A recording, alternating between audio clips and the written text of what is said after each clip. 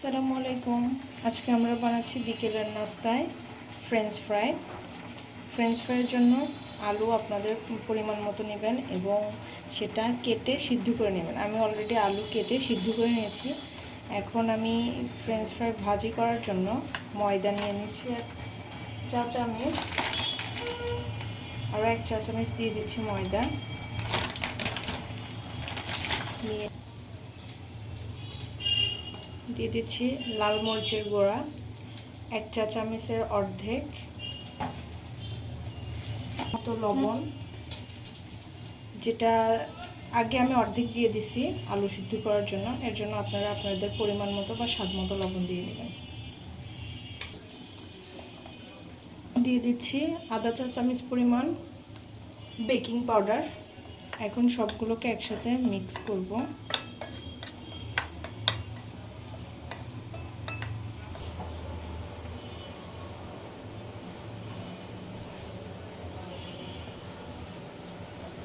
আমি সিদ্ধ করা আলুগুলো মেখে নেওয়া ময়দার মাঝখানে এরকম রোল করে করে রেখে দিচ্ছি। পরে এটাকে ডুবো তেলে, চাইলে ডুবো তেলে না ভেজে অল্প তেলেও ভাজতে পারেন, এটা যার যার ইচ্ছা কীভাবে ভাজবে।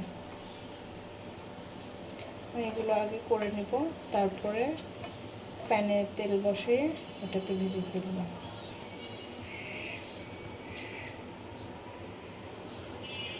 এটা আরও অন্যভাবেও করা যায় ডিম দিয়ে, তো ডিম থেকে এটাই আমার বেশি পছন্দ। ডিম না দিয়ে এভাবে করাটাই আমার বেশি পছন্দ, সেই জন্য আমি এভাবেই করছি। ইনশাল্লাহ পরবর্তীতে আপনাদের ডিম দিয়ে দেখাবো।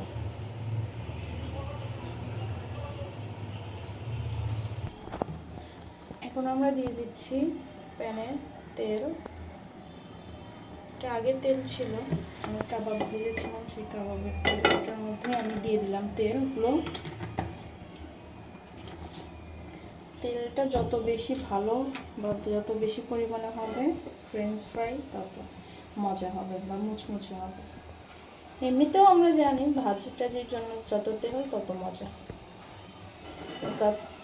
তারপরে আমাদের স্বাস্থ্য সচেতনতার জন্য একটু সচেতন হওয়া দরকার, সেই জন্য কম তেলে ভাজাটাই ভালো।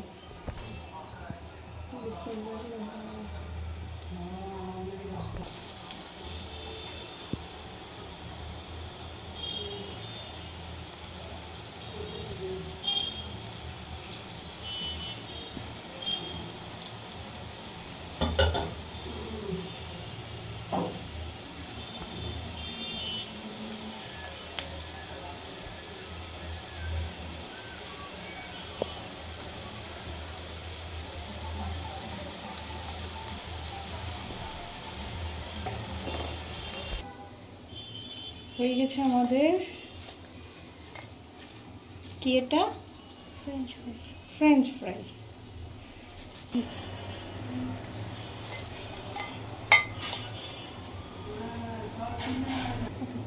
রেডি হয়ে গেছে আমাদের ফ্রেঞ্চ ফ্রাই।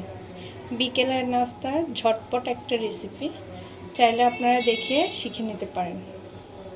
মুখরোচক নাস্তার সাথে 1 কাপ চা না হলে হয়? যারা চা প্রেমী আছেন তাদের জন্য আমার মনে হয় এটা বেস্ট একটা নাস্তা। আমার বাসায় সবাই যদিও চা প্রেমী, সেই জন্য মাঝে মাঝে আমাকে এই নাস্তাগুলো রেডি করতে হয়। আপনারাও বানিয়ে আপনার প্রিয় মানুষদেরকে খাওয়াবেন।